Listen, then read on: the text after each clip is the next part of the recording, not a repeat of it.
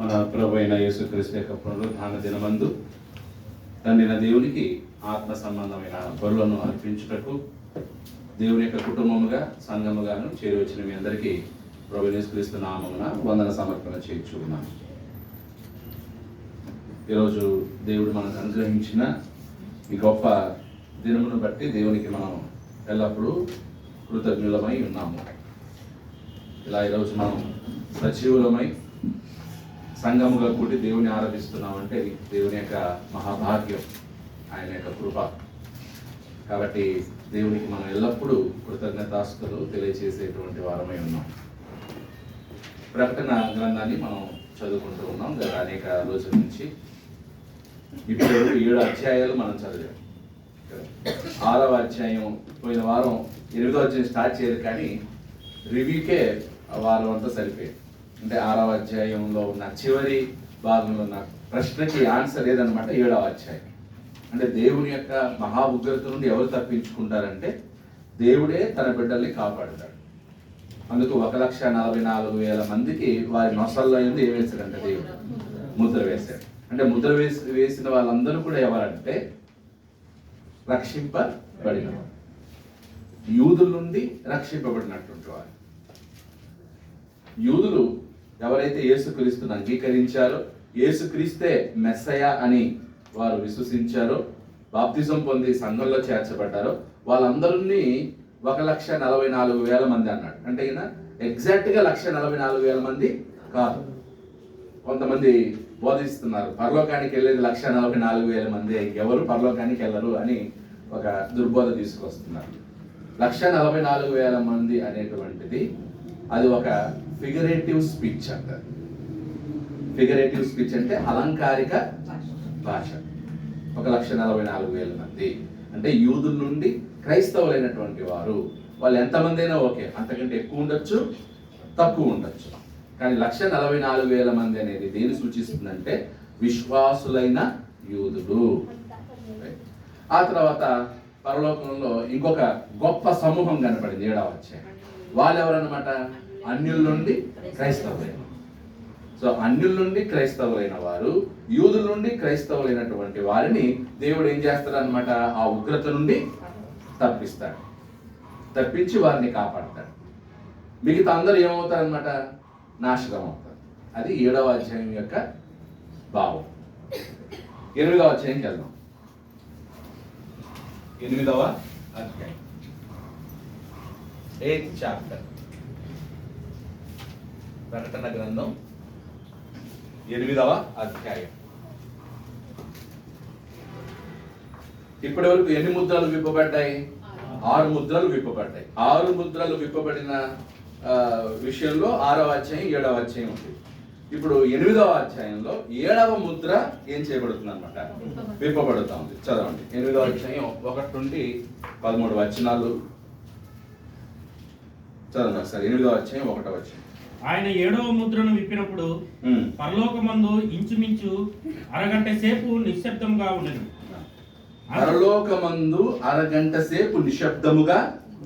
అంటే 6 ముద్రలు విప్పబడిన తర్వాత 7వ ముద్ర విప్పినప్పుడు, 7వ ముద్ర విప్పగానే అరగంట సేపు నిశ్శబ్దం అంట, సైలెన్స్.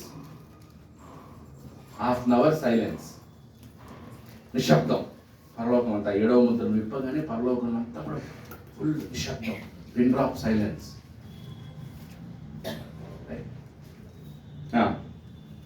అంతటా నేను దేవుని ఎదుట నిలిచి 7 దూతలను చూచి తిని, వారికి 7 బూరలు ఇయ్యబడిను.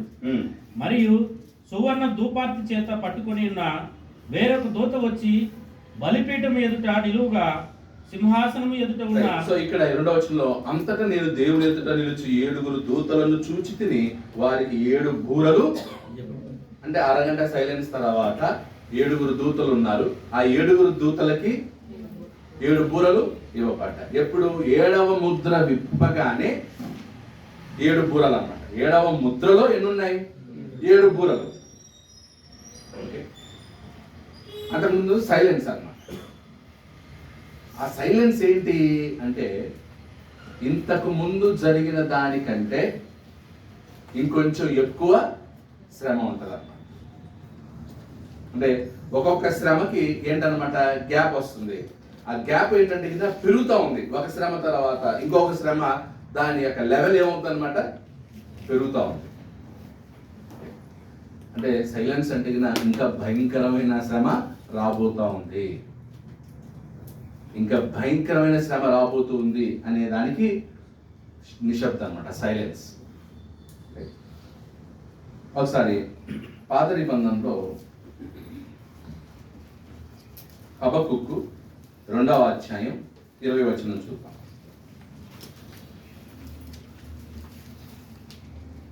హబక్కుకు 2వ అధ్యాయం 20వ వచనం. అయితే యెహోవా తన పరిశుద్ధాలయంలో ఉన్నాడు, ఆయన సన్నిధిని లోకమంతయు మౌనముగా ఉండునుగాక. ఆయన సన్నిధిని లోకమంతయు మౌనముగా ఉండునుగాక. యెహోవా పరిశుద్ధాలయములో ఉన్నాడు, ఆయన సన్నిధిని లోకమంతా మౌనముగా ఉండునుగాక. అంటే దేవుడు ఉన్నప్పుడు ఎలా ఉంటది? సైలెన్స్, మౌనం. ఇప్పుడు ఈరోజు మనందరం ఆదివారం వచ్చినప్పుడు వాక్యం వినేటప్పుడు అందరూ ఎలా ఉంటున్నాం? మౌనంగా వింటాం. అదే దేవుడు ఉన్నప్పుడైతే, ఇప్పుడు స్కూల్లో పిల్లలు కూడా మాట్లాడుతూ ఉంటారు. టీచర్ రాగానే మనసులా టీచర్ రాగానే మొత్తం అలా క్లాస్ అంతా సైలెంట్ అయిపోతారు. సో టీచర్ ఉన్నప్పుడు స్టూడెంట్స్ అల్లరి చేయరు, అలాగే వాక్యం జరుగుతున్నప్పుడు అల్లరి చేయరు. మరి దేవుడు ఉన్నప్పుడు పరలోకంలో దేవుడి సన్నిధానం ఉంది, మొత్తం ఏముంటది అనమాట, సైలెన్స్ ఉంటుంది, అల్లరి ఉండదు. దేవుడు ఎప్పుడు చెబితే అప్పుడు మాట్లాడతారు, ఎప్పుడు ఆజ్ఞాపిస్తే అప్పుడే వాళ్ళ యొక్క నోర్లు విప్పుతారు. అలాగే జకరియా 2వ అధ్యాయం 13వ వచనం. జకరియా 2:13.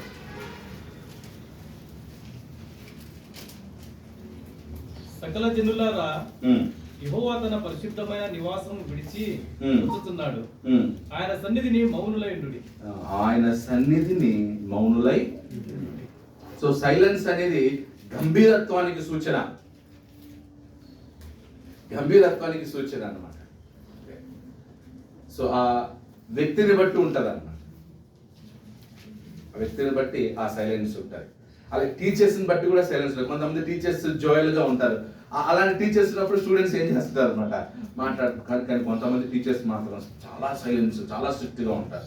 అప్పుడు అసలు క్లాస్ రూమ్లో విద్యార్థులు ఉన్నారా లేరా అన్నట్లు ఉంటుంది. అంటే ఆ టీచర్ని బట్టి, ఒకవేళ ఆ టీచర్ ఏమైనా ఫుల్ స్ట్రిక్ట్గా ఉంటే మొత్తం అందరూ సైలెన్స్. మేము కాలేజీలో చదివేటప్పుడు, పియూసీలో చదివేటప్పుడు మాకు ఒక సార్ ఉండేవాడు, అకౌంట్స్ చెప్పేవాడు అనమాట. ఆయన ఉన్నప్పుడు ఒక్కరు మాట్లాడేవాళ్ళం కాదు, అసలు ఇలా తిరిగి చూడడానికి కూడా భయపడేవాళ్ళం. ఫ్రెండ్ ఇలా తిరిగి చూడడానికి కూడా భయపడేవాళ్ళం, అంత స్ట్రిక్ట్ ఆయన. మిగతా టీచర్స్ ఉన్నప్పుడు అంతా మాట్లాడేవాళ్ళు, అలా చేసుకున్నాను. ఆయన వస్తే మాత్రం అందరికీ భయం. Depend on the teachers behaviour, ఆ టీచర్ యొక్క స్టేటస్ని బట్టి ఉంటుంది సైలెన్స్. దేవుడు ఎలాంటి వాడు? ఆయన పరిశుద్ధుడు, గంభీరము గలవాడు, భీకరుండు. దేవుడు ఎవరన్నమాట? పాట కూడా ఉంది కదా, భీకరుండవు మా యెహోవా పీఠమెదుట చేరరే. భీకరుండు. అప్పుడు భీకరుండైన దేవుడు వచ్చేటప్పుడు ఎలా ఉంటది? సో అదే సైలెన్స్ పాత నిబంధనలో చెప్పబడింది. ఇప్పుడు ప్రకటన గ్రంథంలో ఆ సైలెన్స్ యోహాను చూసుకున్నాడు అనమాట. ప్రకటన గ్రంథం రాసినటువంటి యోహాను పరలోకంలో దేవుడి సన్నిధిలో 7వ ముద్ర విప్పగానే ఒక్కసారిగా ఏంటనమాట, సైలెన్స్. అరగంట సేపు సైలెన్స్. ఆ తర్వాత 7 బూరలు 7 దూతలకి ఇవ్వబడెను. సో కాబట్టి 8వ అధ్యాయం 1వ వచనానికి ఏం రాసుకున్నారంటే,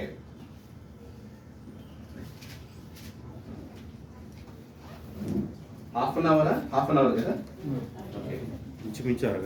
ఇంచుమించు అరగంట సేపు పరలోకమందు నిశ్శబ్దం. నిశ్శబ్దం. ఎంతసేపు? ఇంచుమించు అరగంట సేపు.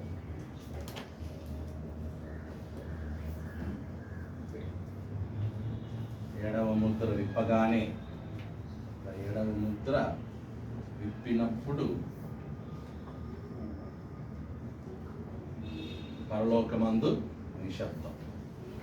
సో ఏడవ ముద్ర విప్పినప్పుడు పరలోకమందు నిశ్శబ్దం. నెక్స్ట్ 2, అంతటా నేను దేవుని ఎదుట నిలుచు 7 దేవదూతలను చూచితిని. వారికి దేవుని ఎదుట 7 దూతలు నిలువబడిరి. వారికి 7 బూరలు ఇవ్వబడెను. 7 బూరలు ఇవ్వబడెను. ఇది 1వ వచనంలో మనకు కనిపించినటువంటి దృశ్యం.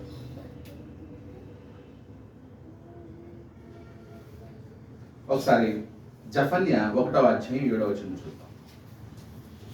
జఫన్యా ఎక్కడ ఉంటుంది? హగ్గై తర్వాత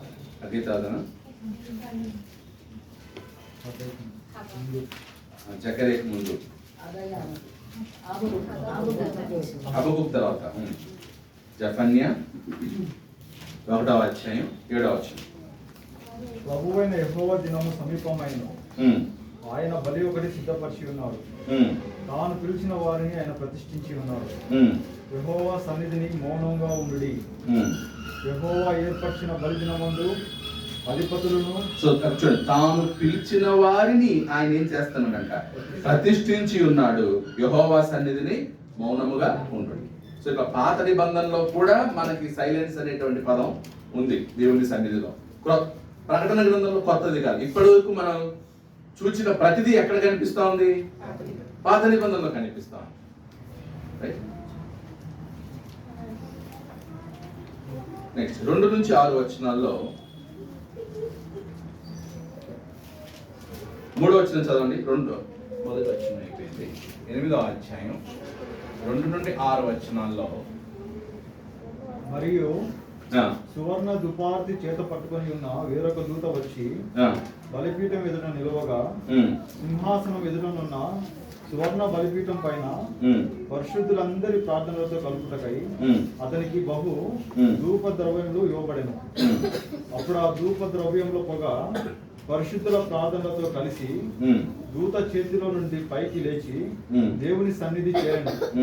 ఆ దూత దుపార్తిని తీసుకొని బలిపీఠం పైన ఉన్న నిప్పులతో దానిని నింపి భూమి మీద పడవేగా ఉరుములు, ధ్వనులు, మెరుపులు, భూకంపము కలిగెను.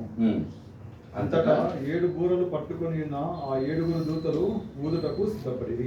7 బూరలు పట్టుకొని ఉన్న 7 దూతలు ఊదుటకు సిద్ధపడిరి. Preparation for the sounding of 7 trumpets. 7 బూరలు ఊదుటకు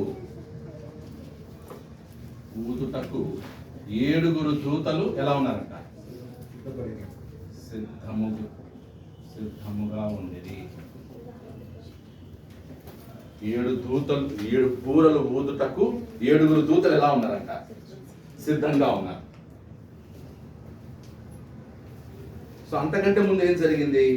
3వ వచనంలో, మరియు సువర్ణ ధూపార్తి చేత పట్టుకొని వేరొక దూత వచ్చి బలిపీఠం ఎదుట నిలవగా, సింహాసనము ఎదుట ఉన్న సువర్ణ బలిపీఠము పైన పరిశుద్ధులందరి ప్రార్థనలతో కలుపుటకై అతనికి బహు ధూప ద్రవ్యములు ఇవ్వబడింది. పరిశుద్ధులందరి ప్రార్థనలు.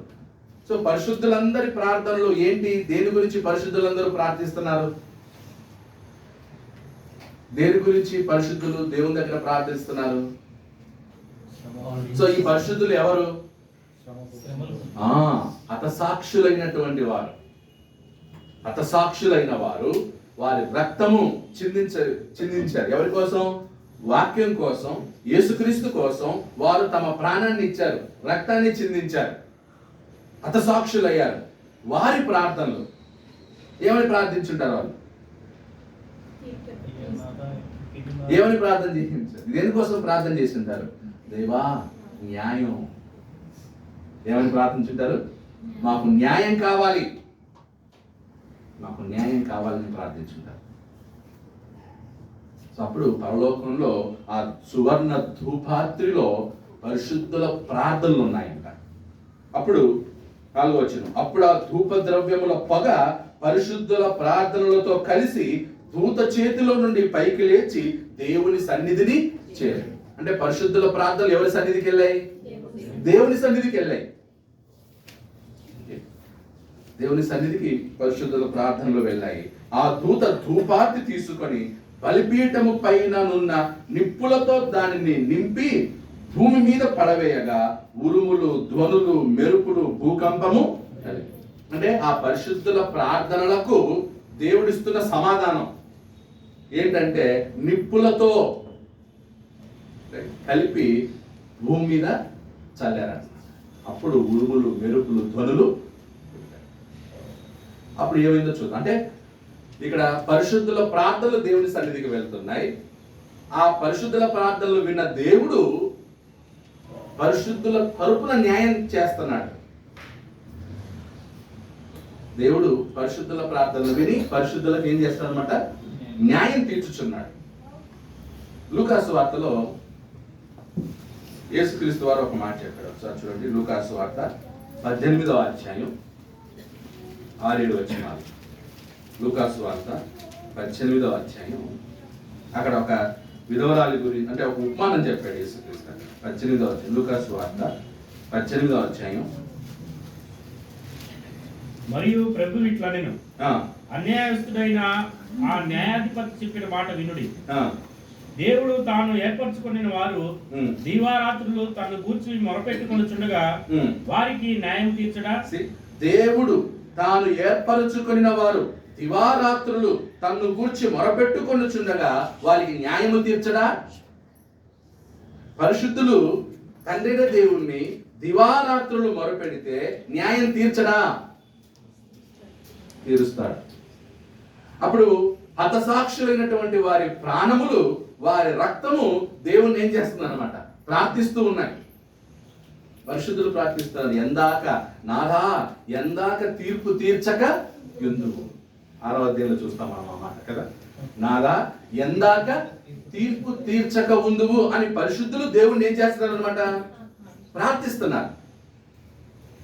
యేసుక్రీస్తు భూమి మీద ఉన్నప్పుడే చెప్పాడు, దేవుని బిడ్డలు తాను ఏర్పరచుకున్న వారు దివారాత్రులు ప్రార్థిస్తే ఆయన న్యాయము తీర్చకుండా ఉండడా? మళ్ళీ 7వ వచనం, 8వ వచనం, ఆయన వారికి త్వరగా న్యాయము తీర్చును, వారి విషయమే కదా ఆయన దీర్ఘశాంతము చూపుచున్నాడని మీతో చెప్పుచున్నాను. రైట్? కాబట్టి దేవుడు ఎంతవరకు దీర్ఘశాంతంగా ఉండాలో అంతవరకు దీర్ఘశాంతంగా ఉంటాడు. ఎప్పుడు న్యాయం తీర్చాలో అప్పుడు న్యాయం తీరుస్తాడు. సో ప్రకటన గ్రంథంలో యోహాను చూస్తున్నటువంటి దర్శనంలో యేసుక్రీస్తు కొరకు హతసాక్షులైనటువంటి వారి యొక్క ప్రార్థనలు దేవుని సన్నిధికి చేరాయి. అప్పుడు దేవుడు వాళ్ళ ప్రార్థనలు విని వాళ్ళ ప్రార్థనలకు న్యాయము చేస్తున్నాడు. ఏం న్యాయం చేస్తున్నాడో తర్వాత చెప్తాడు. రైట్? చూద్దాం ఏం న్యాయం చేస్తున్నాడో 7వ వచనం నుంచి మనం చూస్తాం. 7 నుంచి 12 వరకు మొదటి 4 బూరలు ఊదినప్పుడు ఏం జరిగిందో చూద్దాం. 8వ అధ్యాయం 7 నుంచి 12. సో ఈ 7 ఇక్కడ నుంచి వచ్చిన భావం నేను ఎక్స్ప్లెయిన్ చేశాను, మీరు పాయింట్స్ కింద రాసుకోవచ్చు. ఓకే. సో 1, పరిశుద్ధుల ప్రార్థనలు దేవుని సన్నిధికి వెళ్ళాయి. దేవుడు వారి ప్రార్థనలకు జవాబిస్తున్నాడు. 7 నుంచి 12లో మొదటి 4 బూరలు, మొదటి 4 బూరలు ఊదబడెను. మొదటి 4 బూరలు ఊదబడెను.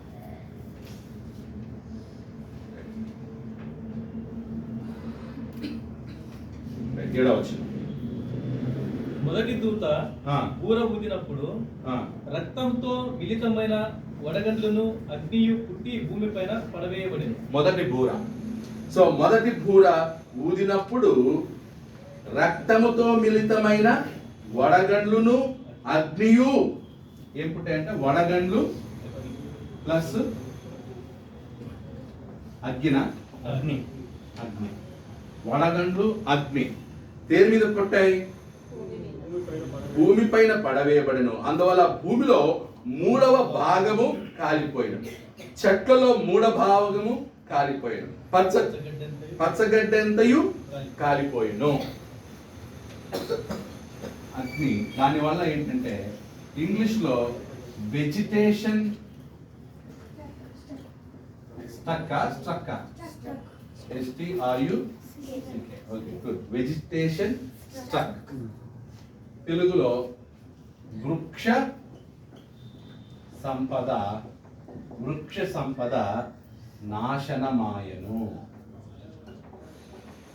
వృక్ష సంపద నాశనమాయను. మొదటి బూర ఊదినప్పుడు భూమి మీద ఉన్న చెట్లన్నీ ఏమయ్యాయంట? గడ్డి చెట్లన్నీ నాశనమాయ. 8వ వచనం. 8-9 వచనం. బూర ఊదినప్పుడు అగ్ని చెత్త మండు పెద్ద కొండ వంటి ఒకటి సముద్రంలో పడవేయబడెను. అందువలన ఆ సముద్రంలో 3వ భాగము రక్తమాయను. ఓకే. సో అగ్ని చేత మండుచున్న కొండ, అగ్ని చేత మండు కొండ ఎక్కడ వేయబడెను? సముద్రములో పడవే. సముద్రములో. సో అప్పుడు సముద్రములో ఉన్నవి ఏమయ్యాయి అన్నమాట? సముద్రంలోని ప్రాణము గల జంతువులలో 3వ భాగము వచ్చెను. ఓడలలో 3వ భాగము నాశనమాయను. సముద్రములోని జంతువులు మరియు ఓడలు ఏమయ్యాయి అన్నమాట? నాశనమాయను. ఇంగ్లీష్ లో సీజ్ స్ట్రక్. Seize struck. 2వ బూర ఊదినప్పుడు. నెక్స్ట్ 10-11. 3వ బూర ఊదినప్పుడు. 3వ దూత బూర ఊదినప్పుడు దివిటి వలె మండుచున్న ఒక పెద్ద నక్షత్రము ఆకాశం నుండి రాలి నదుల 3వ భాగం మీదను నీటి బుగ్గల మీదను పడెను. ఆ నక్షత్రములకు మాచిప్రతి అని పేరు. సో ఆకాశము నుండి పెద్ద నక్షత్రము ఆకాశము నుండి రాలి నదుల 3వ భాగం మీదను నీటి బుగ్గల మీదను పడాను. సో అప్పుడు నదులు మరియు నీటి బుగ్గలు నాశనమాయను. ఆ నక్షత్రమునకు rivers and of springs struck. Rivers and springs struck.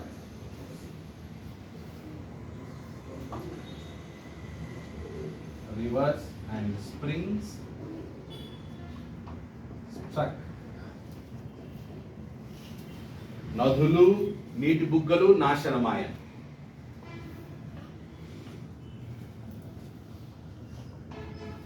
తర్వాత ఆ నక్షత్రమునకు మాచిప్రతి అని పేరు. అందువలన నీళ్ళలో 3వ భాగము మాచిప్రతి ఆయను. నీళ్లు చేదైపోయినందున వాటి వలన మనుషులలో అనేకులు చచ్చిరి. నెక్స్ట్ 4వ దూత బూర ఊదినప్పుడు సూర్యచంద్ర నక్షత్రములలో 3వ భాగము చీకటి కమ్మునట్లును పగటిలో 3వ భాగము సూర్యుడు ప్రకాశింపకుండునట్లును రాత్రిలో 3వ భాగము చంద్ర నక్షత్రములు ప్రకాశింపకుండునట్లును వాటిలో 3వ భాగము కొట్టబడెను. సో ఇప్పుడు 4వ బూర ఊదినప్పుడు ఏంటంట? హెవెన్స్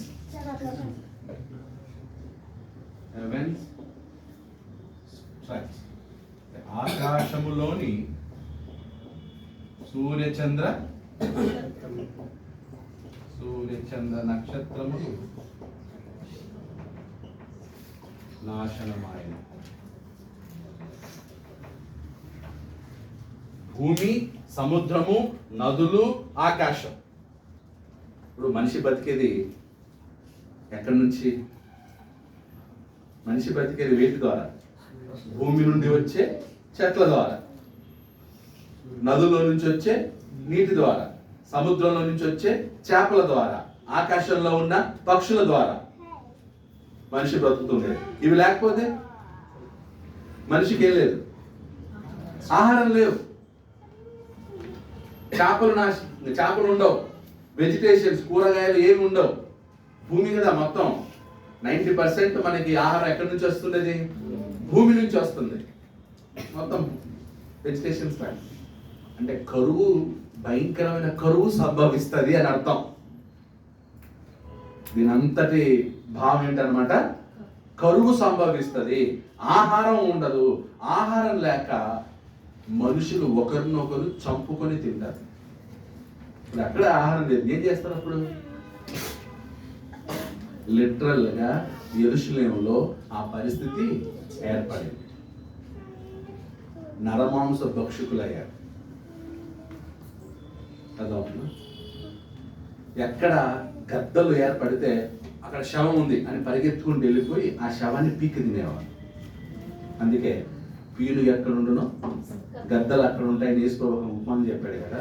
ఆ పరిస్థితి యెరూషలేములో లిటరల్గా ఏమైంది? జరిగింది. ఆహారం లేవు.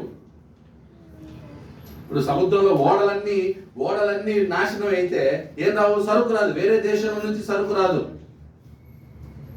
వేరే దేశం నుంచి ఆహార వస్తువులు రావు. బ్లాక్ అయిపోయింది. భూమి బ్లాక్, ఆకాశం బ్లాక్, అన్ని బ్లాక్ చేశాడు దేవుడు. ఆహారం లేవు. 10 రోజుల నుంచి ఆహారం లేకపోతే ఎలా ఉంటుంది? నెల రోజుల నుంచి ఆహారం లేకపోతే ఎలా ఉంటుంది? ఇంకంతే, ఎక్కడ శవాలు పడితే అక్కడ వెళ్ళిపోతారు. అక్కడికి వెళ్ళి ఆ శవాల్ని తినేవాళ్ళు. అందుకు యేసు చెప్పాడు, ఎక్కడ పీనుగు ఉంటుందో గద్దలు ఉంటాయి, ఎక్కడ గద్దలు ఉంటే అక్కడ, అంతే కదా, గద్దలు తిరుగుతూ ఉంటాయి కదా. గద్దలు తిరుగుతున్నాయంటే అక్కడ ఏంటి? అక్కడ ఏదో ఒక శవం పడిందని అర్థం. అంతటి భయంకరమైన పరిస్థితి యెరూషలేములో ఏర్పడింది. అది దాని మీనింగ్. అంటే వీటిని నాశనం చేయడం ద్వారా దేవుడు మనిషికి పాఠం నేర్పుతున్నాడు. అవిశ్వాసులైన యూదులకి పాఠం నేర్పుతున్నాడు. శిక్ష.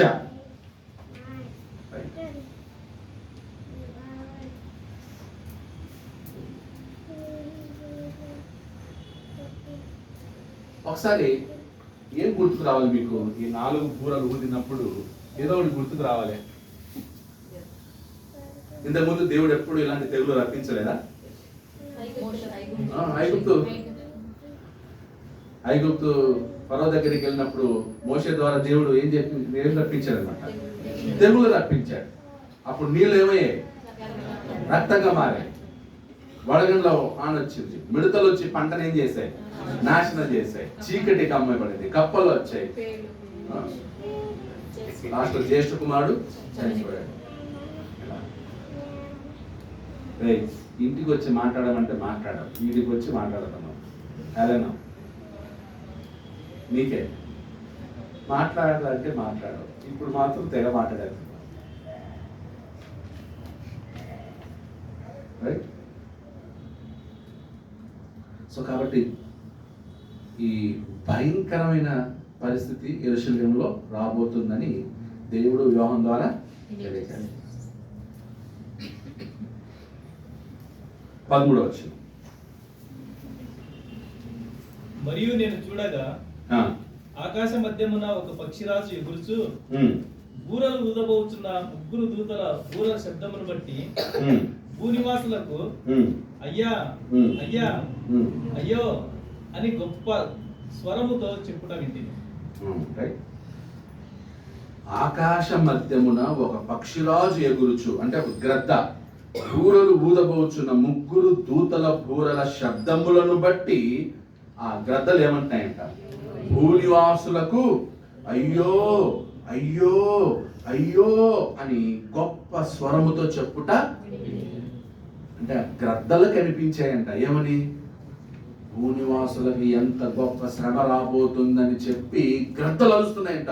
ఓ భూనివాసులారా, మీకు అయ్యో, మీకు శ్రమ రాబోతుంది, మామూలు శ్రమ కాదు, భయంకరమైన శ్రమ మీకు రాబోతుంది అని గ్రద్దలు మానవులకి తెలియజేస్తున్నాయి. అంటే గ్రద్దలకు అర్థమైంది, ఎవరికి అర్థం కాలేదు? శవాల్ని తినే, పీనుగుల్ని తినే గ్రద్దలకు అర్థమైంది, కానీ దేవుని బిడ్డలకు అర్థం కాదు. కొన్నిసార్లు మనకు ఎన్ని చెప్పినా, ఎంత బుద్ధి పాఠం చెప్పినా, ఎన్ని గొప్ప ప్రసంగాలు చేసినా, ఎంత గొప్ప వాక్యం చెప్పినా మనకు మాత్రం ఏం రాదు? బుద్ధి రాదు. అందుకే దేవుడు చీమల దగ్గరికి వెళ్ళి నేర్చుకున్నాడు, గాడిద ద్వారా మందలించాడు. కొన్నిసార్లు పశువుల ద్వారా బుద్ధి చెప్పిస్తాడు అన్నమాట. అందుకే కొన్నిసార్లు మనమే గవర్నమెంట్ అనేటప్పుడు పందికి పోల్చి మాట్లాడతాం, దున్నపోతుకి పోల్చి మాట్లాడతాం. ఏంటి దున్నపోతులాగా అడ్డం నిలబడ్డా తప్పు అంటారు. నువ్వు బతుకుతున్నావు, పంది బతుకుతున్నావు, ఏం యూజ్, ఏం ప్రయోజనం అంటారు. అంటే జంతువులకు పోల్చి తిడతారు అన్నమాట. అంటే మనిషిలాగా ఉండాలి. యూదులు దేవుని బిడ్డలు, వాళ్ళు దేవుని వాక్యాన్ని, దేవుని సత్యాన్ని, ప్రవచనాల్ని ఏం చేయలేకపోయారు, గ్రహించలేకపోయారు, అర్థం చేసుకోలేకపోయారు. అందుకే యేసుక్రీస్తుని వాళ్ళు ఏం చేశారనమాట? తిరస్కరించారు. యేసుక్రీస్తుని వారు తిరస్కరించారు. ఇప్పుడు 8-13 ఏంటంటే,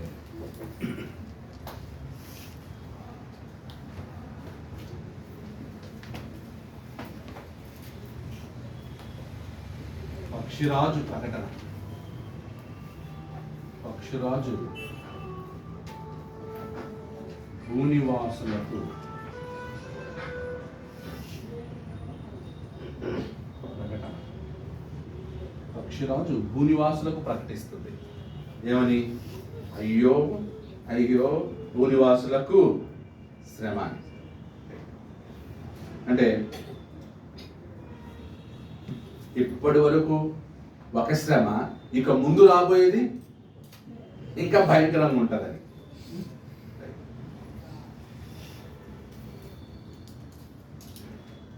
సో ఇదంతా కూడా దేనికి సంబంధించిందంటే, క్రీస్తు శకం 70లో యెరూషలేము నాశనము జరగక ముందు మరికొన్ని 2-3 సంవత్సరాల్లో యెరూషలేముకి నాశనం జరుగుతుందన్నంగా ప్రకటన గ్రంథం రాయబడి. కాబట్టి ఈ ఇన్సిడెంట్స్ అన్నీ కూడా related to the Jerusalem destruction during 70 AD.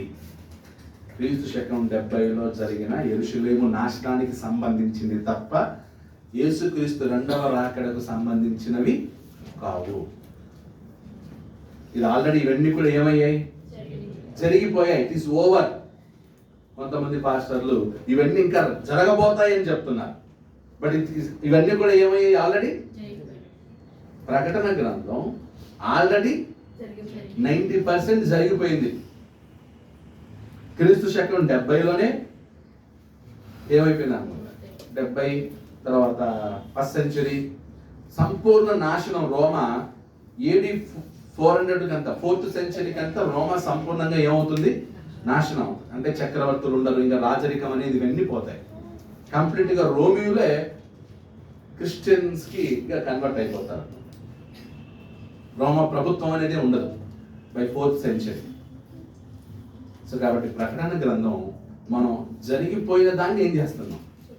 చదువుతున్నాం. సో ఇక్కడ చెప్పినటువంటి ఈ తెగుళ్ళన్నీ ప్రెసెంట్ జనరేషన్కి కాదు. ఎవరికి? ఇవన్నీ కూడా యెరూషలేముకి. వీటి ద్వారా ఎవరు ఇబ్బంది పడతారంటే, అవస్థలు పడతారంటే అవిశ్వాసులైన యూదులకు తీర్పు. ఎందుకంటే వారు ప్రవక్తల్ని చంపారు, క్రైస్తవుల్ని చంపారు, అపోస్తుల్ని చంపారు, సువార్తికుల్ని చంపారు. ఎవరు? యూదులు చంపారు. అందుకు వాళ్ళకేంటనమాట ఇది తీర్పు. వీరు ప్రవక్తల్ని, ఆ తర్వాత సువార్థికుల్ని, క్రీస్తు యొక్క శిష్యుల్ని చంపడానికి కారణం ఏంటి? యెరూషలేము దేవాలయం.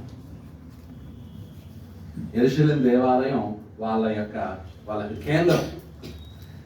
ఆ యెరూషలేము దేవాలయాన్నే వాళ్ళు బేస్ చేసుకొని వాళ్ళు గర్వించారు, అహంకారం చూపించారు, అతిశయించారు, ప్రవక్తల్ని పరిశుద్ధుల్ని ఏం చేశారనమాట? చంపారు. ఇప్పుడు ఆ యెరూషలేము దేవాలయమే లేకపోతే యూదులకి ఏం లేదన్నమాట. యూదులకి మెయిన్ యెరూషలేము దేవాలయం. దాన్నే తీసేస్తే ఎక్కడ పోయి ఆరాధిస్తారు వాళ్ళు? దేన్ని బట్టి అతిశయిస్తారు? అందుకు యెరూషలేము దేవాలయం క్రీస్తు శకం 70లో నీరో చక్రవర్తి ఏం చేశారనమాట? సంపూర్ణంగా నాశనం చేశారు. యేసుక్రీస్తు యెరూషలేము దేవాలయం నాశనం గురించి ముందే చెప్పాడు. ఏమని? ఈ రాయి మీద రాయి లేకుండా నేను ఈ దేవాలయాన్ని ఏం చేస్తాను? పడగొట్టి మరలా కడతాను. అంటే శరీర సంబంధమైన దేవాలయాన్ని పడగొడతాను, ఆత్మ సంబంధమైన మందిరాన్ని కడతాను.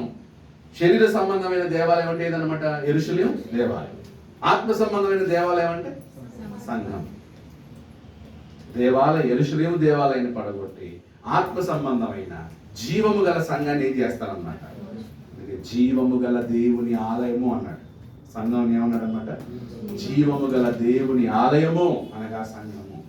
యెరూషలేము జీవం లేని దేవాలయం, సంఘం జీవము గల దేవాలయం. ఇప్పుడు మనం ఎక్కడున్నాం? జీవము గల దేవుని ఆలయం. యెరూషలేము దేవాలయం జీవము గల దేవుని ఆలయం కాదు, అది జీవం లేని దేవాలయం. ఈరోజు అందరూ ఎక్కువ ఎక్కడికి వెళ్తున్నారు? దేన్ని చూడడానికి వెళ్తున్నారు? జీవం లేని ఆలయం. అక్కడ ఉందా యెరూషలేము దేవాలయం? లేదు. దేవుని సన్నిధి అక్కడ ఉందా? లేదు. గోడలు ఉన్నాయి, రాళ్ళు ఉన్నాయి. ఆ జీవం లేని రాళ్ళను చూడడానికి, ఆ జీవం లేని గోడలను చూడడానికి హోలీ ల్యాండ్ టూర్ అని పెట్టి తండోపతండాలు వెళ్తా ఉన్నారు. ఏ యూజ్? అంటే నేను యెరూషలేముకి వెళ్ళేసి వచ్చినంత మాత్రాన అదేదో తీర్థయాత్రకులు పోయించినంత ఫీలింగ్, బిల్డప్ ఏమి ఉండదు. ఎటువంటి ప్రయోజనం ఉండదు. యెరూషలేముకి నేను 3 సార్లు పోయేసి వచ్చాను ప్రభువా, నీకు స్తోత్రాలు అంటే ఎవరు పోమన్నారు? మీరు ఎవరు వెళ్ళమన్నారు? అక్కడ ఏం లేవు, జీవం లేదు. అక్కడ జీవం ఎక్కడుంది? సంఘంలో ఉంది. జీవం ఎక్కడుంది? వాక్యంలో ఉంది. జీవం ఎక్కడుంది? సహోదర ప్రేమలో ఉంది. సహోదరుని ప్రేమించలేడు కానీ యెరూషలేము టూర్ మాత్రం పోతాడు.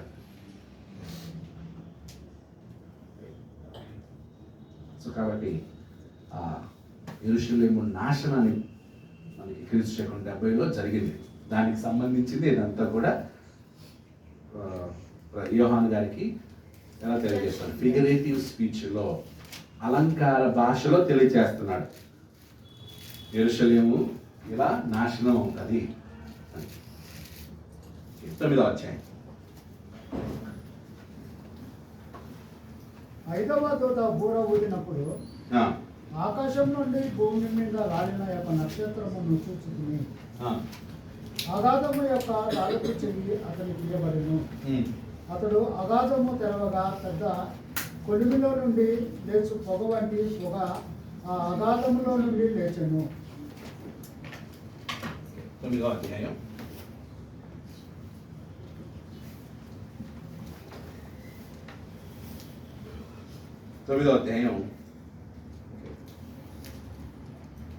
మా మొదటి 2 వచనాల్లో 5వ బూర ఊదినప్పుడు కదా. సో 9వ అధ్యాయం 1 నుండి 12 వచనాలేమో, సరే 11 వచనాలేమో 5వ బూర. 5వ బూర ఊరబడెను. 5వ బూర ఊరబడెను. 9వ అధ్యాయం 1 నుండి 11 వచనాలు.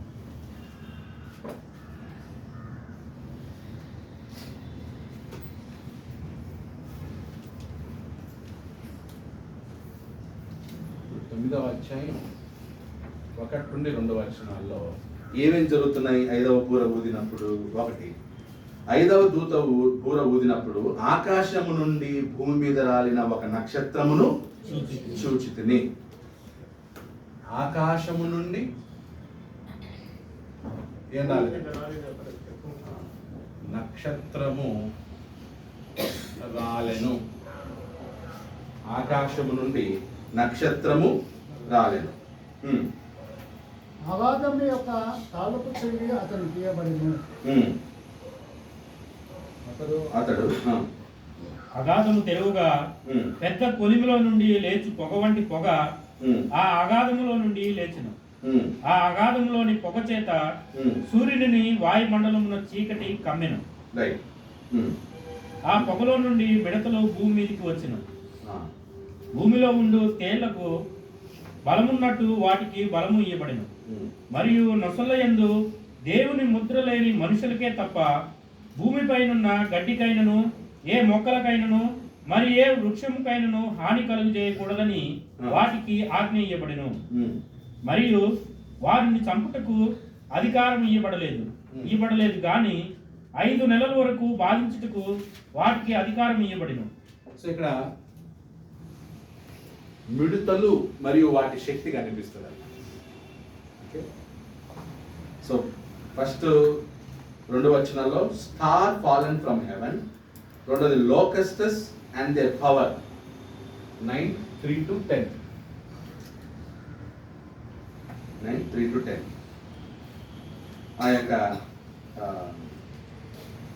భయంకరమైనటువంటి వాటి శక్తి. ఒకసారి చూడండి మిడతల గురించి ఎలా రాయబడిందో. 4వ వచనం, మరియు నొసళ్ళ యందు దేవుని ముద్ర లేని మనుషులకే తప్ప, అండర్లైన్ చేయండి, దేవుని ముద్ర లేని మనుషులకే తప్ప భూమిపైనున్న గడ్డికైనను ఏ మొక్కలకైనను మరి ఏ వృక్షమునకైనను హాని కలుగ చేయకూడదని వాటికి ఆజ్ఞ ఇయ్యబడెను. సో మిడతలు ఏం చేసేస్తాయంట? ఎవరి నొసట ఎందో ముద్ర లేదో వాళ్ళను మాత్రమే ఏం చేయాలి? నాశనం చేయాలి. అంతే తప్ప ఇప్పుడు యాక్చువల్లీ మిడతలకి ఆహారం ఏది? చెట్లు, ఆకులు అవి. కానీ మిడతలకి ఏం చెప్తున్నాడు? నువ్వు అవి తినకూడదు, మనుషులు కావాలంటే తిను. ఆ ముద్ర లేని మనుషులు తిను, కానీ చెట్ల జోలికి పోకూడదు.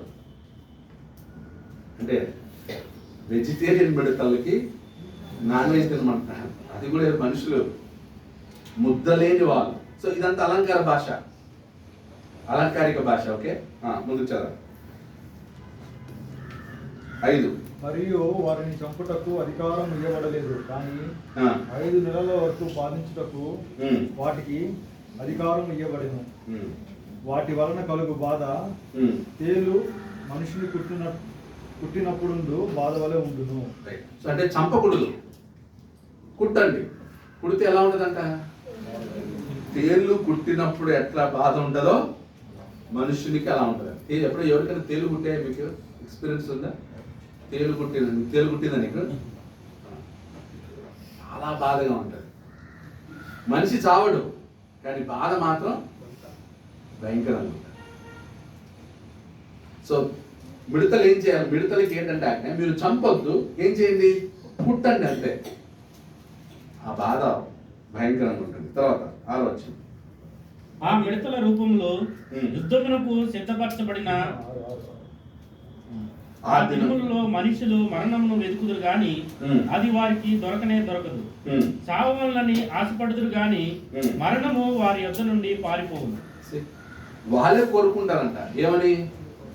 ఆ బాధను తట్టుకోలేక మరణం వెతుకుతారు కానీ అది దొరకదు.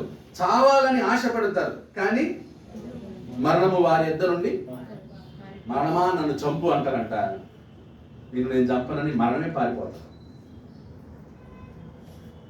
అంటే చావాలన్నా కూడా చావలేరు.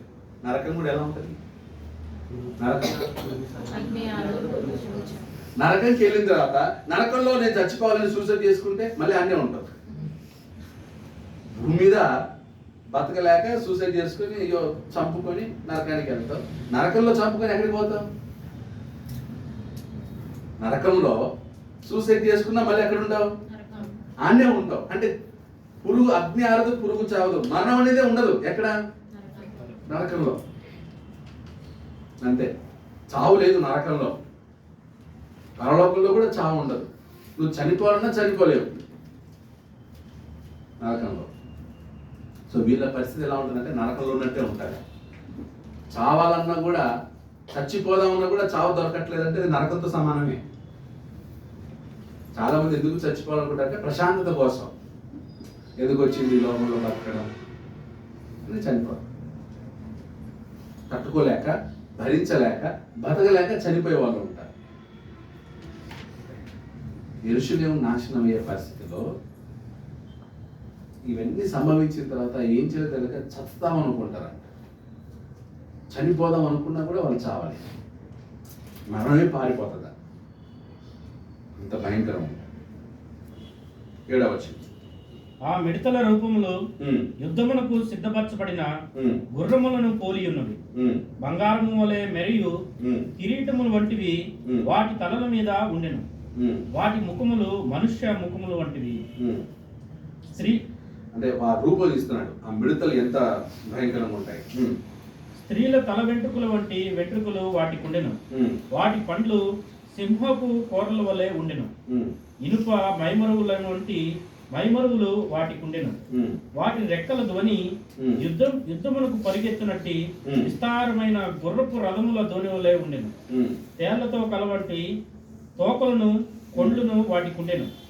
5 నెలల వరకు వాటి తోకల చేత మనుషులకు హాని చేయుటకు వాటికి అధికారం ఉండెను. పాతాళపు దూత వాటి పైన రాజుగా ఉన్నాడు. ఎబ్రీ భాషలో వానికి అబద్దోనని పేరు. గ్రీసు దేశపు భాషలో వాని పేరు అపోల్లాయను. అంటే నాశనము చేయవాడు. చూడండి, అబద్దోన్ అంటే నాశనం చేసేవాడు. గ్రీకులో అపోలియాన్ అంటే నాశనం చేసేవాడు. తర్వాత హెబ్రీ భాషలో అబద్దోన్ అని పేరు. గ్రీసు దేశ భాషలో వాని పేరు అపోలో అంటే నాశనం. సో ఇదంతా కూడా ఫిగరేటివ్ స్పీచ్, నాట్ లిటరల్. అలంకారిక భాష. అంటే నాశనమేమో గ్యారంటీ, నిజంగా మిడతలేం రావు యెరూషలేము మీదకి. ఇక్కడ వర్ణించినట్లుగా మిడతలేం ఉండవు, కానీ నాశనం అనేది మాత్రం గ్యారంటీ. ఆ నాశనం ఎలా ఉంటుందంటే వాళ్ళు చనిపోదామన్నా చావలేరు, తప్పించుకుందామన్నా తప్పించుకోలేరు అన్న. అలాంటి నాశనం ఏర్పడుతుంది యెరూషలేములో. ఎప్పుడు? ఏ బుర్ర ఊదినప్పుడు? 5వ బుర్ర ఊదిన. ఓకే, నెక్స్ట్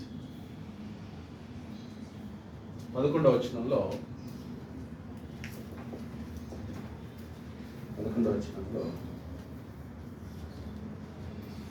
రాజు అన్నాడు కదా, పాతాళపు దూత వాటిపైన రాజుగా ఉన్నాడు. పాతాళపు దూత మిడుతలకు ఏంటంట? మిడుతలకు రాజు. వాని పేరు ఏంటంట? అబద్దోను లేదా అపోల్లోయోను. బ్రాకెట్ ఏంటన్నమాట? నాశనము చేయువాడు, డెస్ట్రాయర్, నాశనము చేయువాడు.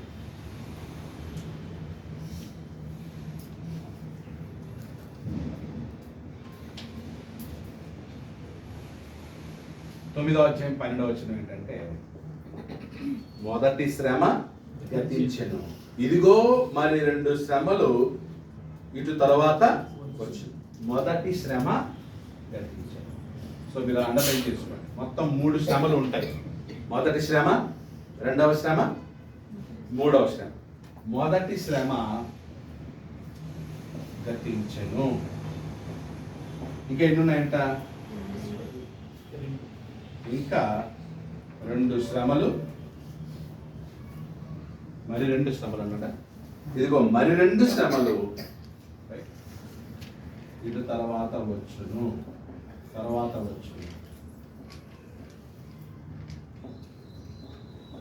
మొదటి శ్రమ ఇంత భయంకరంగా ఉంటే ఇంకా 2వ శ్రమ, 3వ శ్రమ ఇంకెలా ఉంటుందో. సో ఇప్పటివరకు ఎన్ని బూరలు ఊదబడ్డాయి? 5 బూరలు.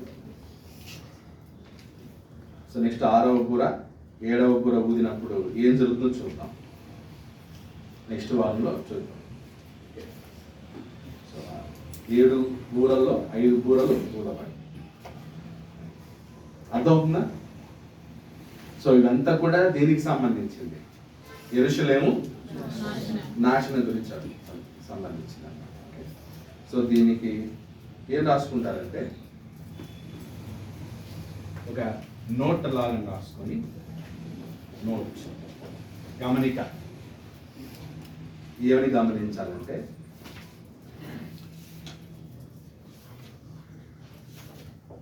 ది 7 seals అంటే 7 ముద్రలు and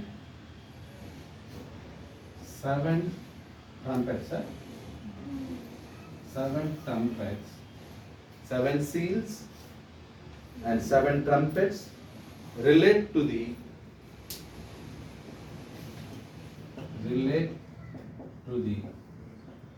events leading to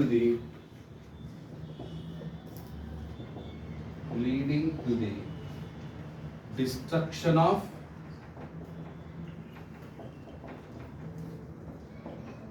Jerusalem. Destruction of Jerusalem in 70 AD. In 70 AD. In 70 AD.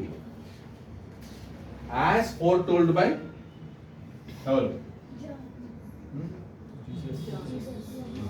As foretold by Jesus Christ. కదా? As foretold by.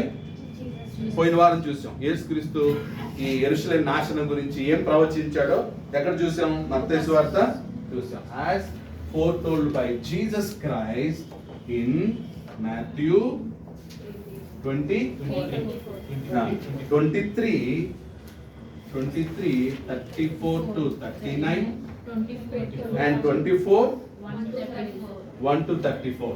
24, 1 to 34. లూకాలో కూడా ఉంది.